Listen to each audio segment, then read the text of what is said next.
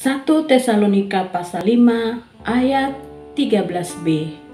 Hiduplah selalu dalam damai seorang dengan yang lain. Selamat pagi Ibu Bapak Saudara, anggota jemaat dan simpatisan GKI Taman Majapahit yang terkasih. Kita pasti pernah mendengar kata damai. Damai yang mungkin kita pahami dan sebagian besar orang pahami adalah tidak adanya pertengkaran, tidak ada percekcokan, tidak ada perbedaan pendapat, tidak ada kebencian, tidak ada sakit hati, tidak ada iri hati, keadaan harmonis, penuh sukacita, penuh kegembiraan, dan semua orang merasakan bahwa satu dengan yang lain memiliki hubungan kedekatan yang baik. Ibu Bapak Saudara yang terkasih dalam Tuhan, memang itulah yang terkandung dalam kata damai.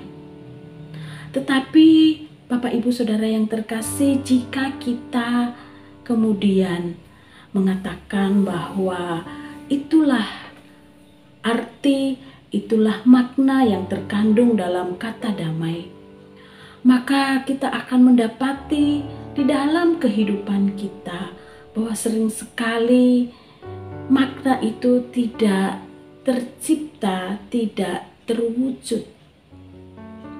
Karena yang kita temui dalam kehidupan kita sehari-hari adalah perbedaan-perbedaan yang memicu, yang mengakibatkan ketidakharmonisan dan relasi yang tidak baik satu dengan yang lain. Padahal perbedaan-perbedaan itu pasti akan selalu ada dan tidak mungkin tidak ada di dalam kehidupan manusia, di dalam kehidupan masyarakat.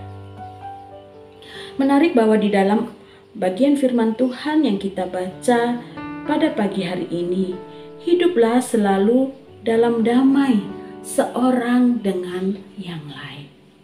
Ternyata Ibu Bapak Saudara yang terkasih, kita sebagai pengikut-pengikut Kristus, sebagai orang-orang yang hidup dalam terang, sebagai anak-anak terang, sebagai anak-anak siang, sebagai orang-orang yang tidak hidup dalam malam dan kegelapan, kita dipanggil untuk hidup dalam damai seorang dengan yang lain.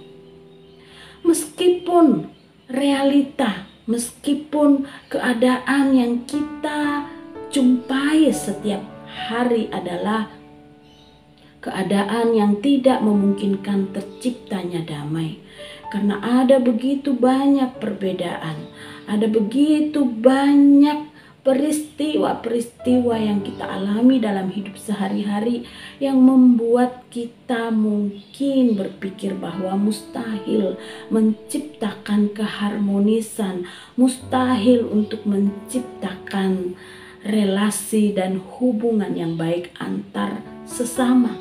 Tetapi kita dipanggil sebagai pengikut Kristus mewujudkannya di dalam kehidupan kita. Karena itu adalah tanda, karena itu adalah salah satu ciri kita sebagai anak-anak terang, anak-anak siang. Ibu Bapak Saudara yang terkasih, tentu kita bertanya, lalu bagaimana? Mari, yang pertama kita melihat perbedaan-perbedaan yang ada di dalam kehidupan kita bukan sebagai sebuah hal yang merugikan, tapi justru perbedaan dilihat sebagai kekayaan, kekayaan yang mempersatukan. Dengan melihat perbedaan sebagai kekayaan, maka kita akan mampu menerima satu dengan yang lain. Kita akan bisa menerima keberadaan orang-orang lain yang berbeda dengan kita sekalipun. Setiap manusia diciptakan unik oleh Tuhan. setiap manusia memang diciptakan berbeda oleh Tuhan. Maka kita akan melihat perbedaan-perbedaan yang ada itu sebagai hal yang memperkaya relasi, hal yang memperkaya suatu komunitas, hal yang memperkaya diri kita sendiri juga. Oleh karena itu, jika kita bisa menerima satu dengan yang lain, bahkan dengan orang-orang yang berbeda dengan kita, maka kita akan bisa menciptakan satu relasi yang harmonis, dan kita akan bisa menciptakan atau mewujudkan damai itu.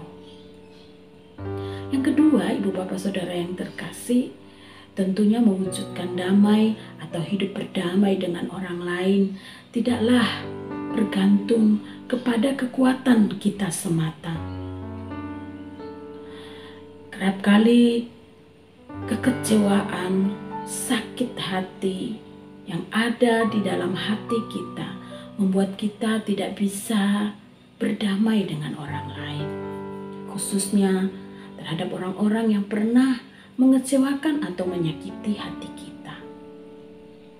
Tetapi baiklah, mari kita mengingat kembali akan Allah yang mau berdamai dengan kita sekalipun kita masih berada dalam keadaan berdosa.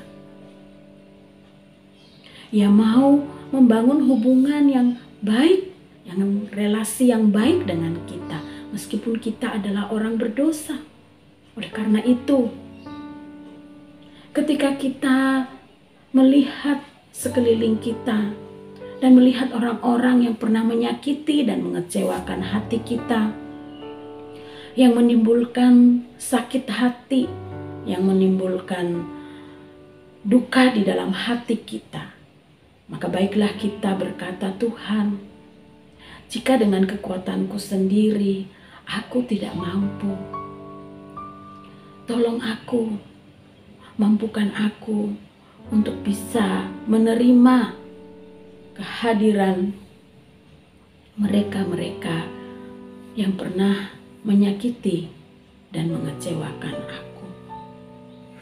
Kita minta kepada Tuhan, biarlah Tuhan sendiri yang membalut luka hati kita, yang menyembuhkan luka hati kita, sehingga kita dimampukan untuk membangun relasi yang baik, mampu berdamai dengan orang-orang yang pernah menyakiti dan mengecewakan hati kita.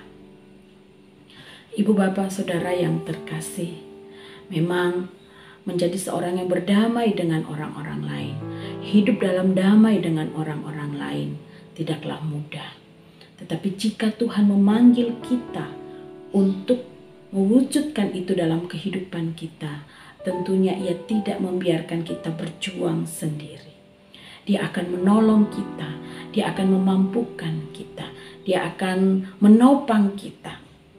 Yang terpenting adalah apakah di dalam hati kita memang ada kerinduan untuk hidup dalam damai dengan orang-orang lain, hidup berdamai bahkan dengan orang-orang yang pernah mengecewakan dan menyakiti hati kita. Tuhan memberkati kita. Mari kita berdoa. Bapa di surga, terima kasih untuk firman-Mu pagi hari ini. Kami betul-betul merindukan ya Tuhan, bahwa kami dapat berdamai dan memiliki hubungan yang baik dengan setiap orang, bahkan dengan mereka yang pernah mengecewakan dan menyakiti hati kami. Tuhan, kami menyadari panggilan-Mu ini dalam hidup kami, dan kami mengaku bahwa kami lemah ya Tuhan. Oleh karena itu, tolonglah kami, kuatkanlah kami, agar kami mampu mewujudkan damai itu di dalam kehidupan kami sehari lepas sehari. Dengarkanlah doa kami ini ya Tuhan, dalam nama Yesus kami berdoa. Amin. Selamat pagi ibu bapak saudara yang terkasih, selamat menjalani kehidupan sepanjang hari ini. Hiduplah dalam damai seorang dengan yang lain.